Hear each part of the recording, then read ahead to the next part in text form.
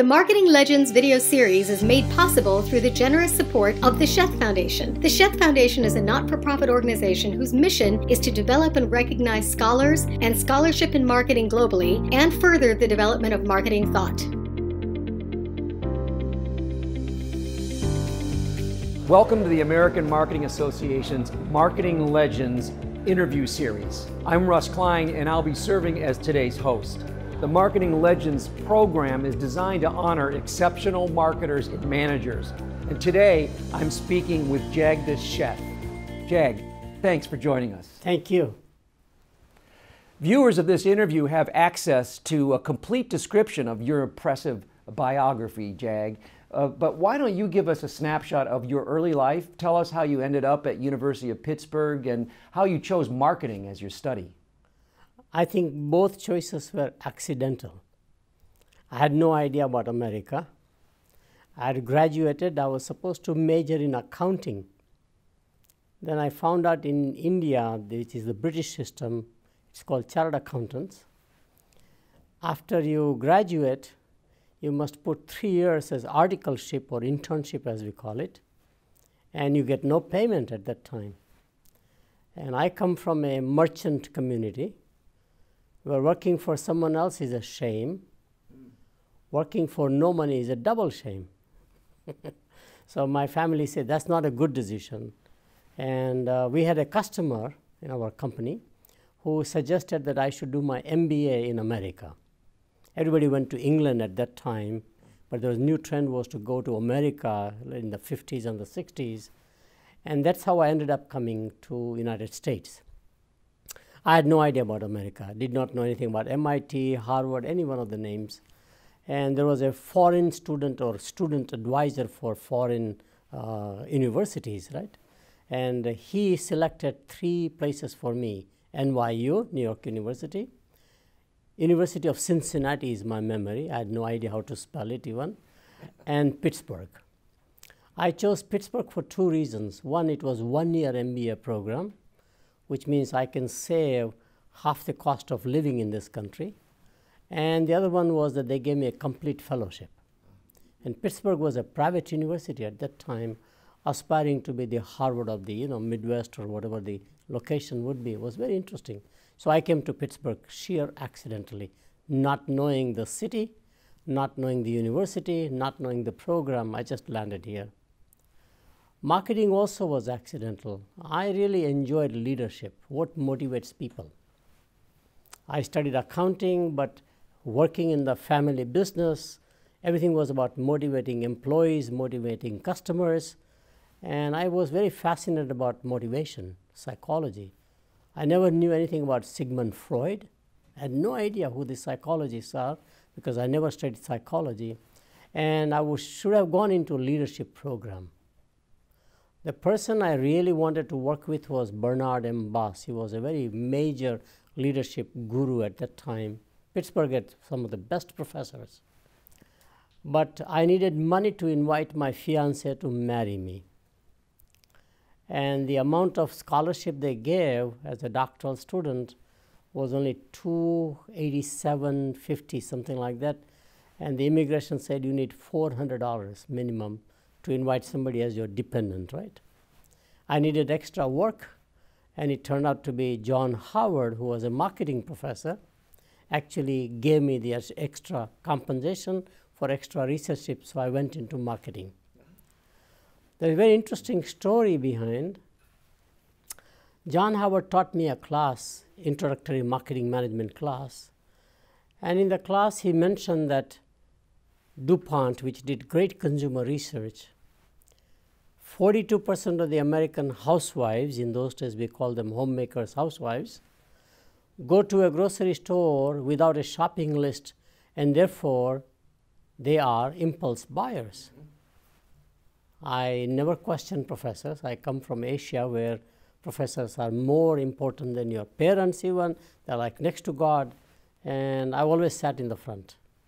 So something happened and I raised my hand and I said, does that mean, Professor Howard, that all illiterate societies are impulse buyers?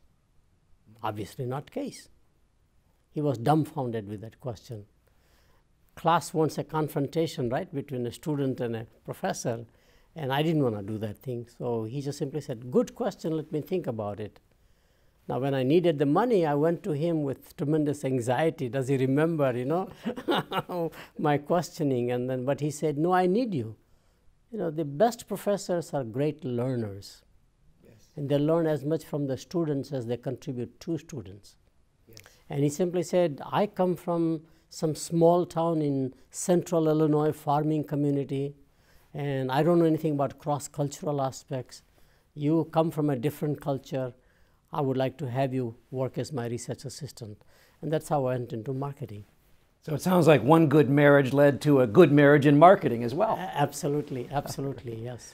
So the theory of buyer behavior has become a seminal text and served as a foundation for consumer psychology. Would you share the story of how that book developed? Yes. In economics, they never recognized brand loyalty. In fact, economists would generally believe that becoming loyal to a brand or a company actually sub-optimizing your own self-interest in many ways. You should be shopping around all the time. Whereas in marketing, we always talk about brand loyalty. So the theory of making choices, consumers don't make choices, consumers reduce choices, which led to a whole new paradigm.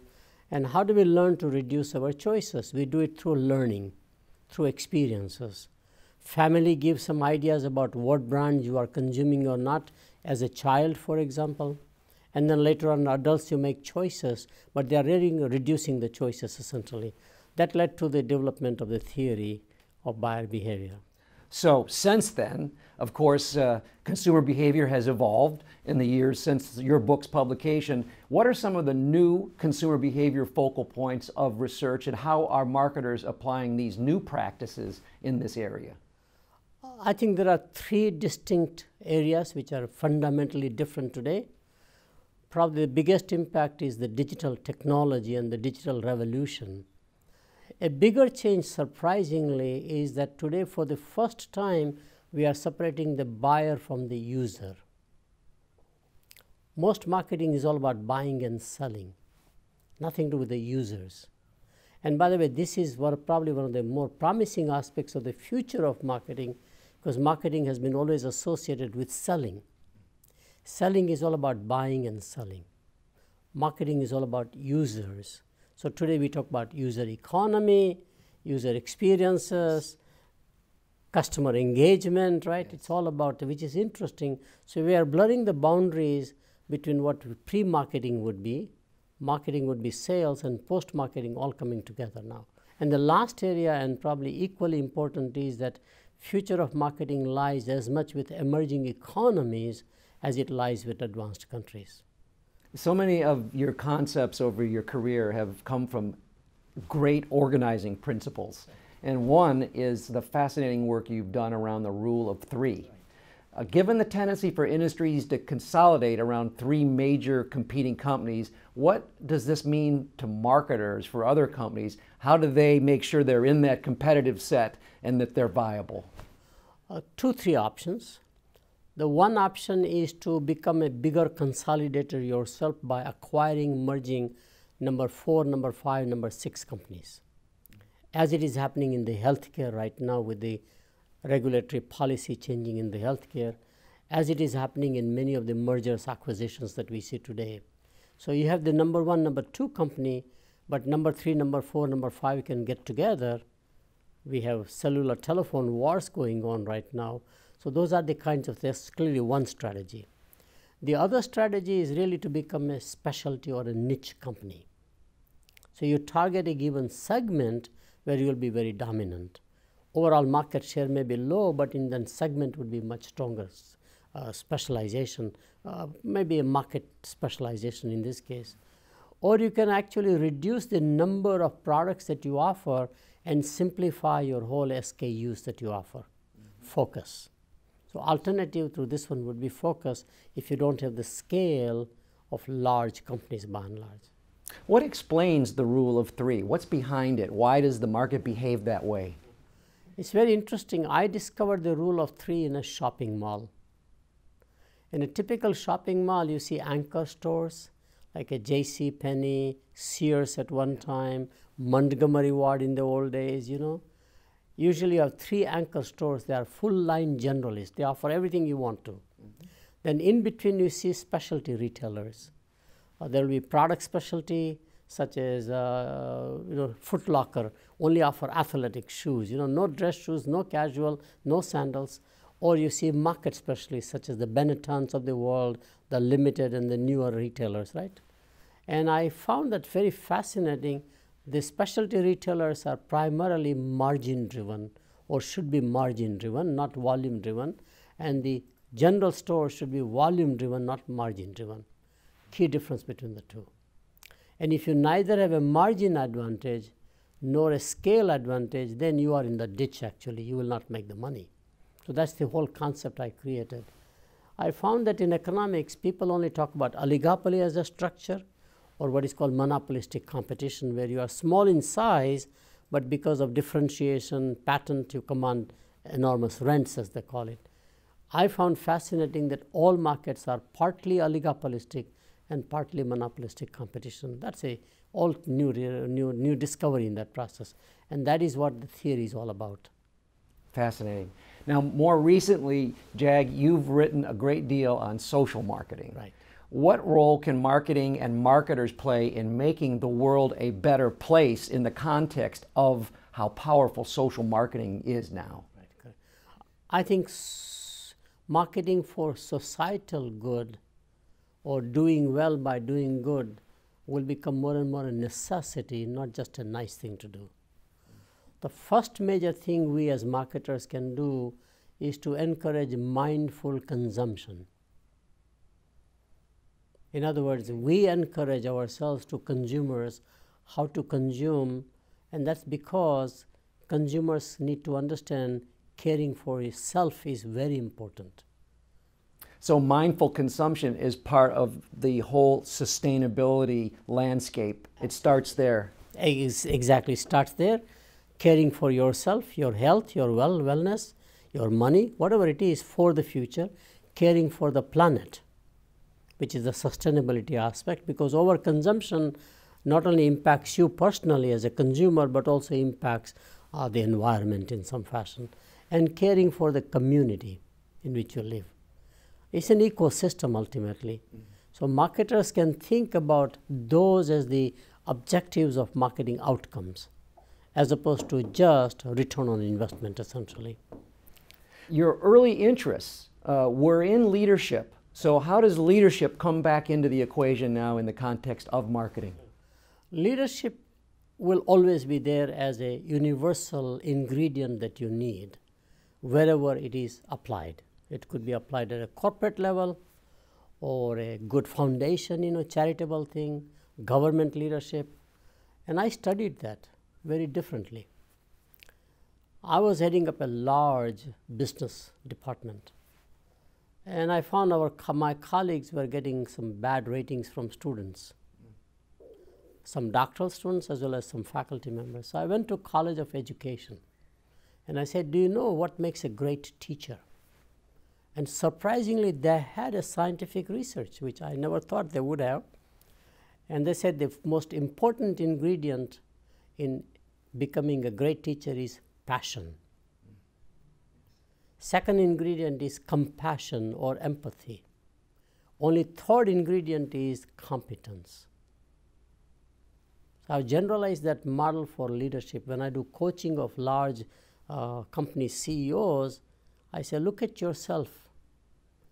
You may be competent, and we basically have an appraisal system which is on competence, right? Did you do your job? Which is true for marketing also, by the way. You find that, but unless you have the passion and the compassion, you are not a whole leader. Yes. If you take world social activist movements, Gandhi in India, Nelson Mandela in South Africa, Martin Luther King here, and there are many others, those 3 traits are the same. Okay. Now, this is important because those are the same 3 traits of a good salesperson. So they're universal traits. Absolutely. It's no wonder why you've had such a stellar career in driving, shaping marketing practice, because you have found the way to unlock the human insight that is required to be great in marketing. And you find these intersections with society, emotional health, consumer behavior. I want to go back to the divide that you talked about. That worries me. Yes. What can a marketer do rather than perhaps exploiting the luxury market and finding a way to take cost out of a product for the other side of that equation? What can a marketer do to try to democratize quality for the marketplace? Exactly. You use the right word, democratization. And that can happen only if marketers begin to focus on affordability and accessibility, not on acceptability. I have a 4 A's of marketing framework, opposite of 4 P's, a customer perspective. In marketing, we have overemphasized acceptability, especially psychological acceptability.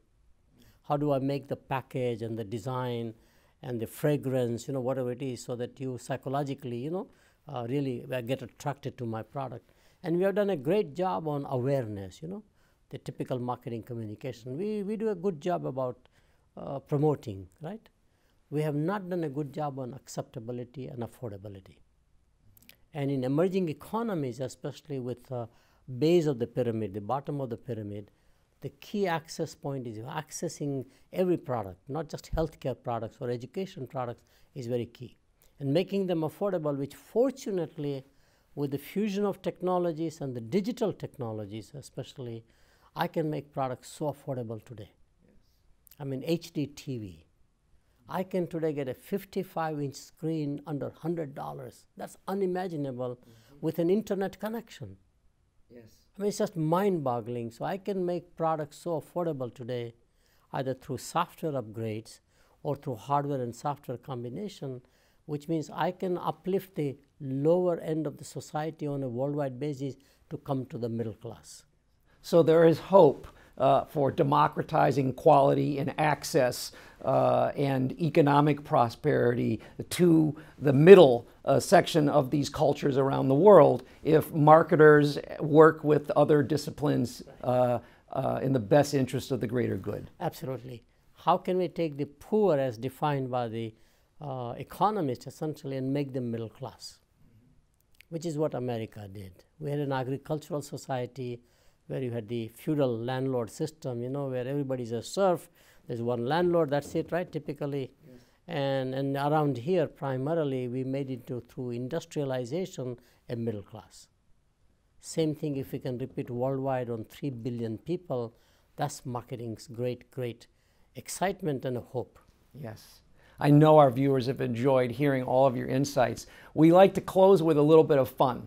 So you are a lifelong learner like no other I know. Do you see the change from education to learning, self-learning, changing dramatically in the next 10, 20 years? Definitely.